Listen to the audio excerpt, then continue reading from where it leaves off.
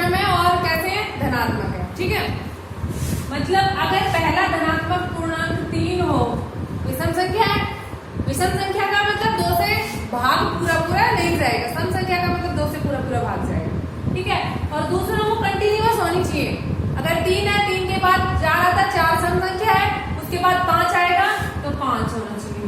ठीक है, तो पहली चीज ये तो हमने अपने वे में मान ली कि हमें खुद को बताना 2 धनात्मक पूर्णांक हमने लिए थे विषम और वो क्रमागत थे। ठीक है, अब आपको वैल्यू पता ही नहीं गई है कि 3 है या 5 है, तो हम क्या मानते हैं, कोई मान लेते हैं x। ठीक है, पहला अगर x हो तो दूसरे वाला उससे कितना ज्यादा आता है,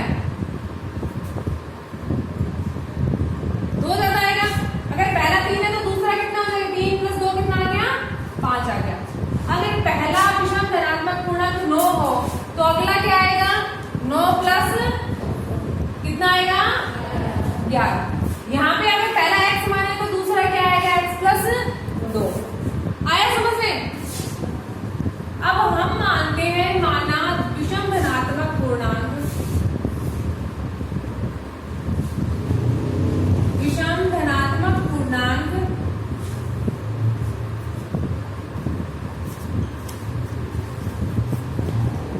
क्रमशः क्या है, x और x प्लस, और अकॉर्डिंग टू क्वेश्चन आपको क्या दिया है, उनके वर्गों का योग दे रखा है। वर्ग मतलब पहले का वर्ग कर दिया, ठीक है, और दूसरे का वर्ग करेंगे तो x + 2 का होल स्क्वायर, और इनका योग आपको दे रखा है कितना, 290।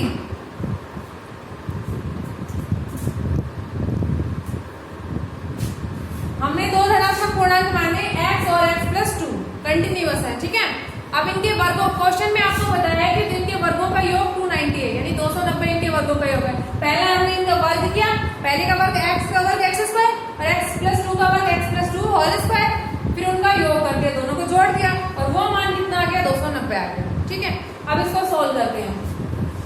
अच्छा, a + b होल स्क्वायर क्या होता है,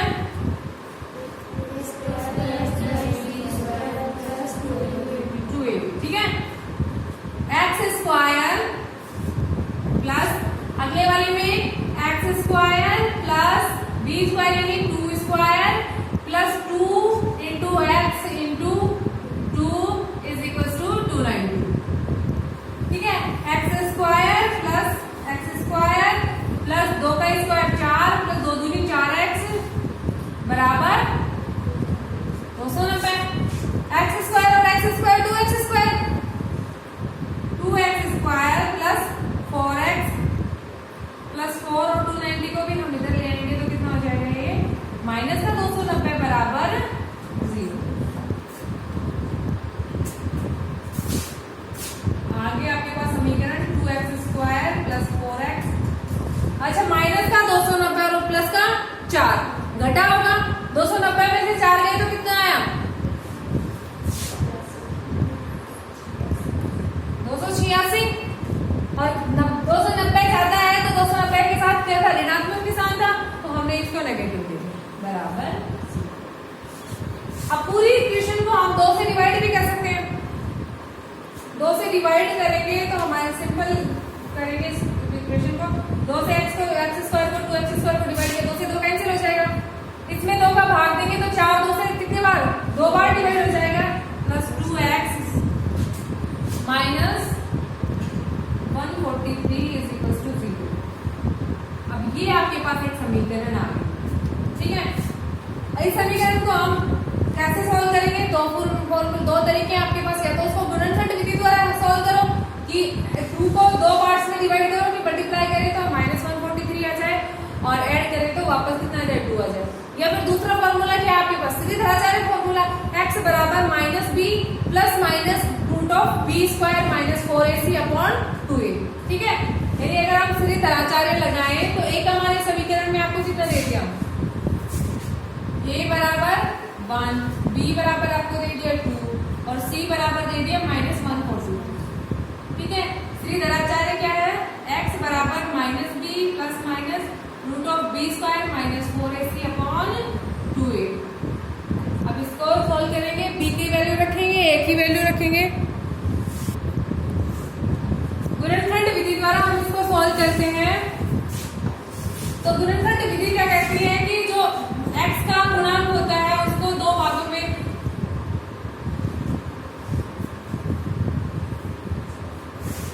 में इसको अलग कर लेते हैं कि उन दोनों को जोड़े तो वापस x का गुणांक आ जाए और गुणा करें तो पहले और लास्ट वाले गुणांक के बराबर आ जाए। ठीक है,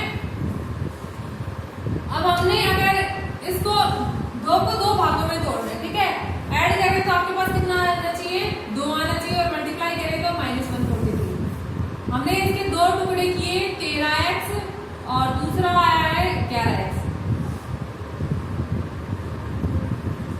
-143 = 0। ठीक है, यानी कि अगर 13 में से हमने 11 घटा दिए तो कितना आ गया, वापस 2 आ गया, और 13 और -11 को गुणा करेंगे तो वापस कितना आएगा, -143 आएगा। ठीक है, अब एक चीज देखो, इधर से जिन दोनों पद में से ये भी एक आ गया, एक पद ये हो गया, दूसरा ये बना। इस वाले भाग में से आपको क्या कॉमन दिख रहा है, x, ये x कॉमन ले लीजिए, x प्लस 13। ठीक है, दूसरे वाले में से आपको क्या दिख रहा है,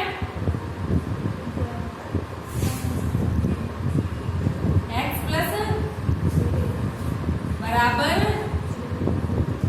एक x प्लस 13 फिर से कॉमन आ गया आपके पास, x माइनस x प्लस 13 बराबर 0 और x माइनस 11 बराबर x बराबर -13 आ जाएगा यहाँ से, और यहाँ से x बराबर 11 आ जाएगा। ठीक है, क्वेश्चन में हमने क्या माना था, विषम धनात्मक पूर्णांक।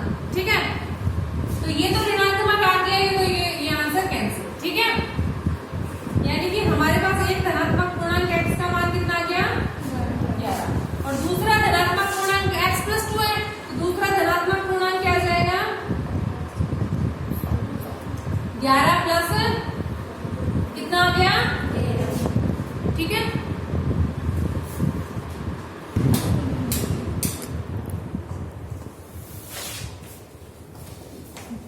संख्याओं के वर्गों का अंतर आपको कितना दे रखा है, 45।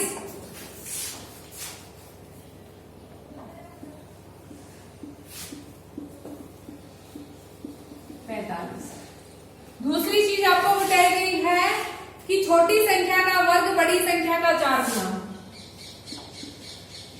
छोटी संख्या का वर्ग 4 गुना बड़ी संख्या,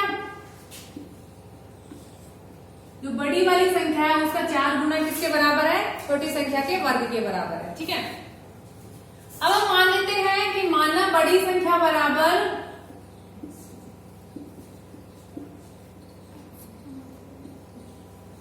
x। ठीक है, छोटी संख्या क्या होगी,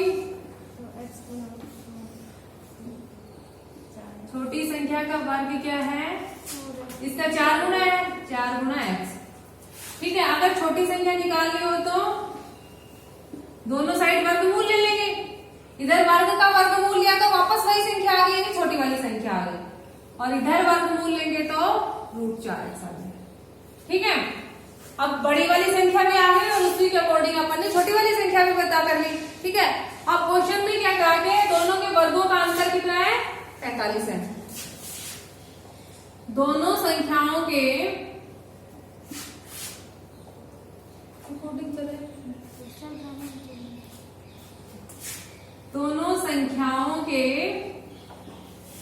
वर्गों का अंतर कितना दे रखा है आपको, 45।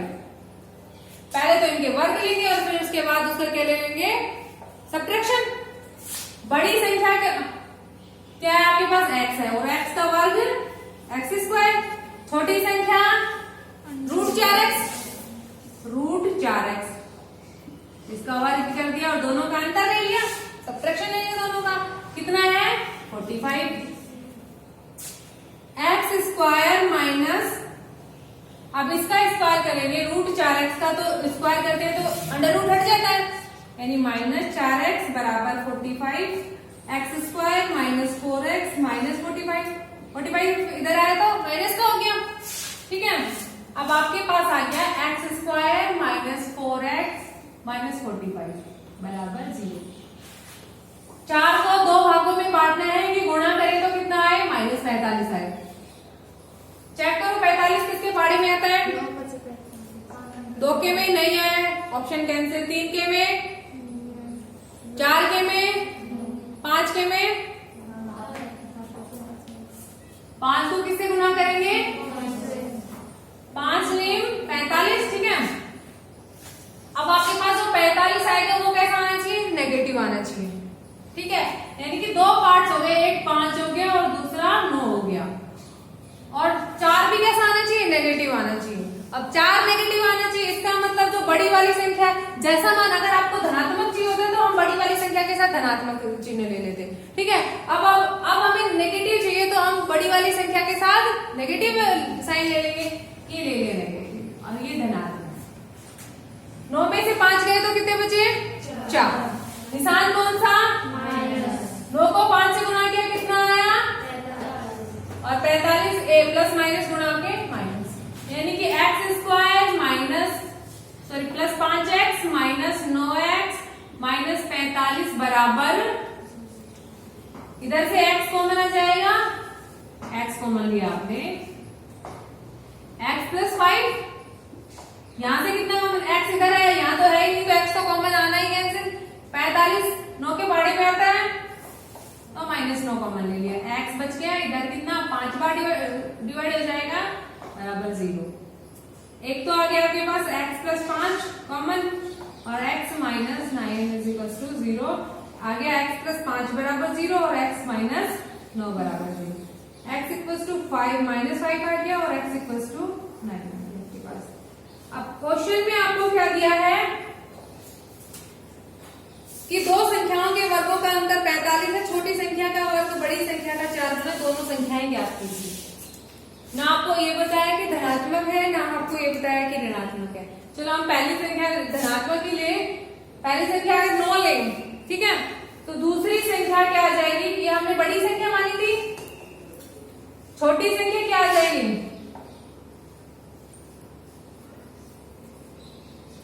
इसको किससे 4 से मल्टीप्लाई करेंगे? 4x, अंडर रूट 4x है ना, छोटी संख्या बराबर रूट 4x। 9 को 4 से मल्टीप्लाई किया, कितना आया? 9 चौक 36 और 36 किसका वर्गमूल है? यानी कि एक बार हमारे पास 9 आ गया, दूसरा 6 आ गया।